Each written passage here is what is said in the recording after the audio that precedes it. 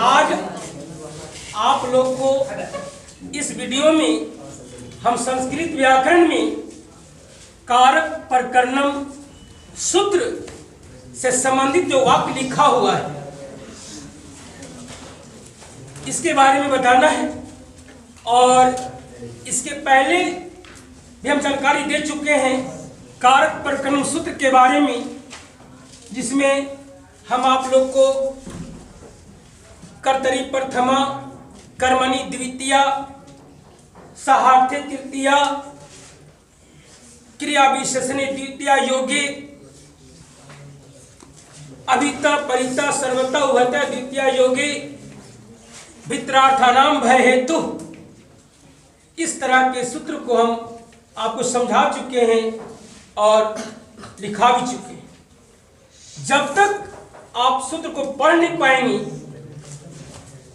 आप किसी भी वाक्य कौन सूत्र में है उसकी जानकारी आप नहीं दे पाए। और कभी ये भी बताए थे कि कारक प्रकरणम सूत्र को याद रखने के लिए क्या याद रखना पड़ता है? कारक की विभक्तियां। क्या? कारक की विभक्तियां। और कारक की विभक्तियों को हम सुप प्रत्यय के नाम से भी जानते हैं। और जब तक कारक विभक्ति नहीं याद होगा आपका कारक प्रकरणम तैयार नहीं होगा। कारक प्रकरणम सूत्र से संबंधित कुछ सूत्र हम परिभाषा और उदाहरण साथ में लिखा चुके हैं। और बोर्ड पर जो हम वाक्य लिखें उससे संबंधित सूत्र को एक बार रिवीजन कर देते हैं। अब जैसे है कि आप लोग को हम लिखाए हैं कर्मणि द्वितीया सूत्र। आप सब जानते होंगे कि यदि वाक्य में कर्म शब्द का योग रहता है, कौन शब्द? तो उस कर्म शब्द में द्वितीय व्यक्ति का प्रयोग करते हैं। कौन व्यक्ति? कोई दिक्कत?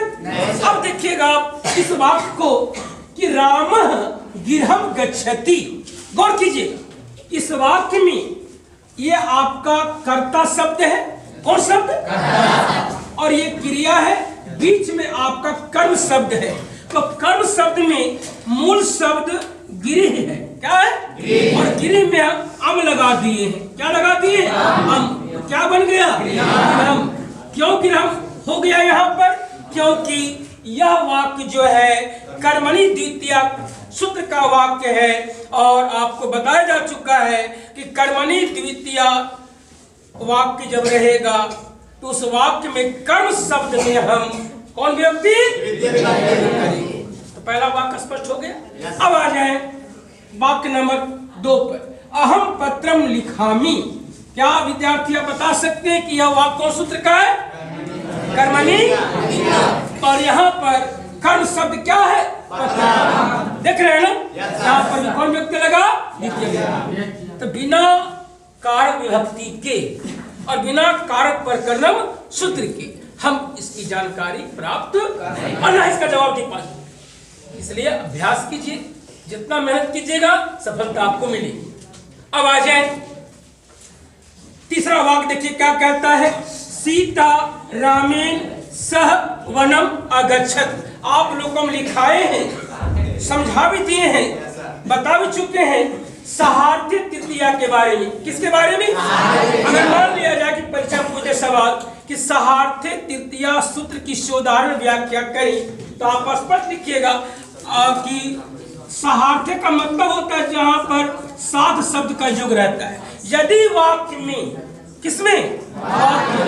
कौन शब्द का योग? साध शब्द का योग रहता है। और जिस कर्ता के साथ साथ लगा होता है और उसके साथ कारक का संबंध स्थापित होता है, उसमें हम तृतीय व्यक्ति का प्रयोग करते हैं। जैसे देखेंगे आप, सीता राम के साथ वन गई। यहाँ पर दोष करता है, एक है सीता और दूसरा है राम। अब है कि साथ किसके साथ है? राम के साथ। और राम के साथ क्या लगा हुआ है? तो जिसके साथ, जिस कर्ता के साथ साथ शब्द का योग है, आप समझ जाएंगे कि वह वाक्य जो है वह साहार्थ्य तृतीया का वाक्य है। कौन वाक्य? क्या आप बता सकते हैं यह वाक्य कौन सूत्र का है? साहार्थ्य। इसको पहचानने का एक तरीका है, कौन शब्द?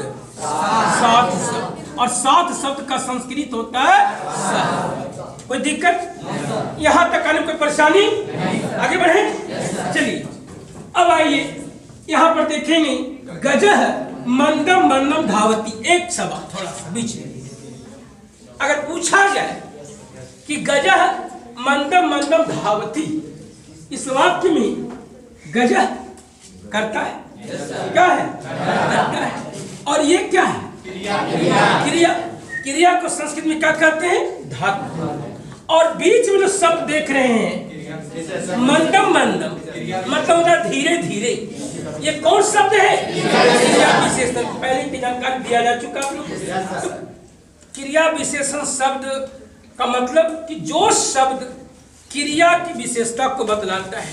किसकी विशेषता को? जैसे शब्द को हम क्रिया विशेषण कहते हैं। जैसे हाथी धीरे धीरे चलता है, राम तेज लिखता है, वह तेज दौड़ता है। तो जहां पर धीरे धीरे लिखा हुआ है या तेज लिखा हुआ है, तेज का संस्कृत तीव्र होता है। क्या होता है?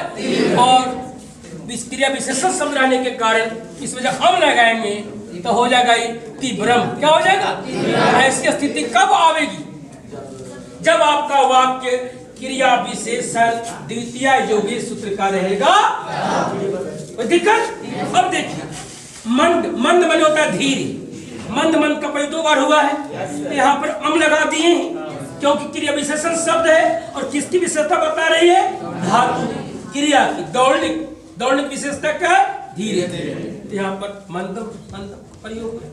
अब आ जाए सह तीव्रम धावती। इसमें आपको बॉडी एक सुर में आप लोग को बोलना होगा, कुछ नहीं बताए। सह तीव्रम धावती कौन सूत्र का वाक्य है? क्रिया विशेषण द्वितीय। क्या हुआ?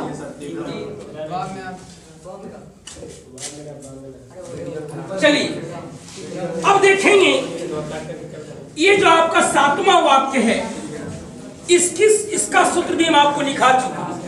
दिमाग में नहीं रखते अलग बात, लेकिन जानकारी हम दे चुके। पढ़ना नहीं पढ़ना वापस डिपेंड करता, हमारा काम बताना बता दे। अब आइए, श्री गणेशाय नमः, श्री शंकराय नमः, श्री हरे नमः, श्री लक्ष्मणाय नमः। यहाँ पर नमः शब्द प्रणाम शब्द का योग रहता है। और जिनको प्रणाम किया जाता है उसमें हम चतुर्थी विभक्ति का प्रयोग करते हैं। कौन विभक्ति? और वह वाक्य जो है वह नमः योगे चतुर्थी सूत्र का वाक्य कहलाता है। कौन सूत्र? नमः योगे चतुर्थी। जैसे श्री गणेशाय नमः, देखिएगा यहाँ प्रणाम किनको किया जा रहा है? गणेश को। तो गणेश में हम क्या लगाए? आय लगाए। आय कौन व्यक्ति? चतुर्थी। कौन वचन? एक वचन। गणेश एक वचन नाम है। अब आ जाए 8वां वाक्य क्या कहता है? राम पुस्तकम पठति। आप पहला वाक्य जो है इसके बारे में बता चुके हैं और दोनों वाक्य मिलता जुलता है। राम पुस्तकम पठति पूछे जाने पर आप लोग बॉडली एक सुर में आवाज दी। राम पुस्तकम पठति, यह वाक्य किस सूत्र पर आधारित है? कर्मणि। क्योंकि वाक्य में तो 2 शब्द रहता ही है, कर्ता और उसके अंत में क्रिया है दिया हुआ, और बीच में क्या लिखा हुआ? पुस्तक। तो पुस्तक कौन शब्द है? कर्म शब्द। राम पुस्तकम पठति कौन सूत्र? कर्मणि। अब आ जाए, एक सूत्र हम ये भी लिखवाए हैं, अभिता परिता उभयता सर्वतः द्वितीय योगे। लिखा है ना? अभिता का मतलब होता है चारों, परिता का मतलब चारों, उभयता मतलब दोनों। जानते बोली? उभयता मतलब परिता मतलब चारों, सर्वतः सभी। तो इसका हिंदी वाक्य में, हिंदी के वाक्य में अगर जुड़ा हुआ है, गांव के चारों ओर वृक्ष है, विद्यालय के दोनों ओर वृक्ष है, गांव के उस ओर नदी है, घर के चारों ओर वृक्ष है, तो यहाँ पर इनमें से कोई एक, अभिता परिता सर्वता उभयता, इनमें से कोई एक शब्द का योग रहता है जिसके साथ, तो उसमें हम क्या करते हैं, द्वितीय व्यक्ति का प्रयोग करते हैं, और वह वाक्य जो है अभिता परिता सर्वता द्वितीय योगी का वाक्य कहलाता है। अब जैसे ग्रामम, यहाँ देख रहे हैं, ग्रामम में कौन व्यक्ति लगाए हुए हैं, द्वितीय व्यक्ति। ग्रामम परिता वृक्षा संति, वैसे ही विद्यालयम उभयतः वृक्षा संति, गृहम परितः वृक्षा संति। कौन सूत्र? अब देखिएगा दसवां जो आपका अनुवाद है, वो आप जो लिखा हुआ है, इससे संबंधित सूत्र भी आपको जानकारी दे चुके, आपको पढ़ाए हैं। उक्ते कर्मणि प्रथमा, पढ़ाए कि नहीं, दिखाए कि नहीं, तो याद है? ऐसा खाली मोबाइल देखना है। मया पत्र लिख्यते, मेरे द्वारा पत्र लिखी जाती है। यहाँ पर इस वाक्य में कर्म शब्द है पत्र। कौन शब्द है? अगर उक्ते कर्मणि प्रथमा का वाक्य होता है, कर्म प्रधान वाक्य होता है, तो उस वाक्य में कर्म शब्द के योग में प्रथमा व्यक्ति का प्रयोग करते हैं। तो मया पत्र लिख्यते, ये आपका वाक्य जो है वो उक्ते कर्मणि प्रथमा का वाक्य है। कौन वाक्य है? कौन सूत्र का वाक्य हो गया?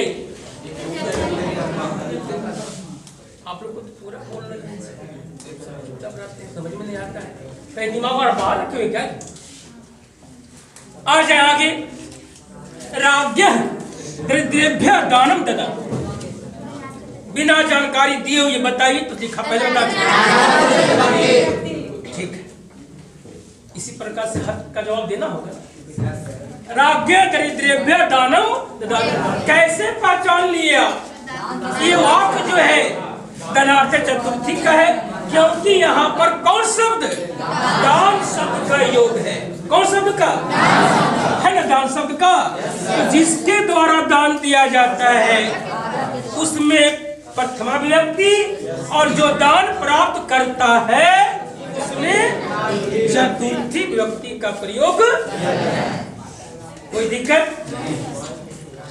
त्वया ग्रंथ पठ्यते, तुम्हारे द्वारा ग्रंथ पढ़ी जाती है। आप इसको देखेंगे 10वां अनुवाद। मया पत्र लिख्यते, उसी प्रकार का एक वाक्य 11 में है, त्वया ग्रंथ पठ्यते, तुम्हारे द्वारा ग्रंथ पढ़ी जाती है। कौन सूत्र? ते कर्मणि। परीक्षा में आ गया तो चुप हो जाओ, सुन कर देंगे। चलिए अच्छी बात, आगे आए। अब देखिए यहाँ पर जो 13वां वाक्य है, आप 7वां अनुवाद जो लिखा हुआ है वाक्य और 13वां कोई अंतर है? तो क्या आप बता सकते कौन सूत्र का वाक्य है? कौन सूत्र? नमस्कार योगे। यदि वाक्य में कौन शब्द, नमस्कार या प्रणाम शब्द का योग रहता है, कौन शब्द, तो उस नमस्कार शब्द के योग रहने पर जिनको प्रणाम किया जाता है, जिनको नमस्कार किया जाता है, उसमें हम चतुर्थी व्यक्ति का प्रयोग किया ना। शंकर में क्या लगा दिए? शंकर आई लगा दिए चतुर्थी। वैसे ही गणेश में क्या लगा दिए? गणेशाय होगी। कोई दिक्कत? आगे विद्यालय उभयतः वृक्षा संति, आप इस सूत्र को देखेंगे, इस वाक्य को देखिए, वाक्य नंबर 9 और वाक्य नंबर 14 दोनों का अंतर। कौन सूत्र का वाक्य हो जाएगा? अभिता मतलब परिता मतलब उहेता मतलब यानी विद्यालय के दोनों ओर वृक्ष है। कौन सूत्र? अब आ जाए, आप लोगों को बता चुके हैं कि यदि वाक्य में डर शब्द, कौन शब्द या भय शब्द का योग रहता है और जिससे, प्लीज शांत रहे, जिससे भय होता, जिससे उसमें पंचमी व्यक्ति का प्रयोग करते हैं। अब देखिएगा, सत व्याघ्रात विवेती, वह बाघ से डरता है, इसमें डरना शब्द है। विवेती डरता है किससे? बाघ से। तो बाघ से में क्या लगा दी? पंचमी व्यक्ति। एक मिनट, व्याघ्रात हो गया। अगर आता वह सियार से डरता तो श्रृंगार, हाथी से डरता है गजात, वह चोर से डरता है चोरात। भय शब्द है, इसके चलते जिससे डर है, जिससे भय होती है, उससे पंचमी व्यक्ति का प्रयोग करते हैं। अब आ जाए अंतिम वाक्य, त्वम गिरहम गच्छसि। इसको हम बिना बताए आप लोग को ही बोलना होगा, एक सुर में, एक बोल्ड आवाज बोलिए। कौन सूत्र का वाक्य है? कर्मणि। कैसे पहचानते हैं? क्योंकि वाक्य में कर्म शब्द है या नहीं। अगर कर्म शब्द है और वाक्य कृत वाच्य में है, शरण वाक्य में है, तो समझ जाए कि यह वाक्य जो है आपका कौन सूत्र? कर्मणि द्वितीय सूत्र का वाक्य है। विशेष अब अगले वीडियो में बताएंगे, है ना? ठीक।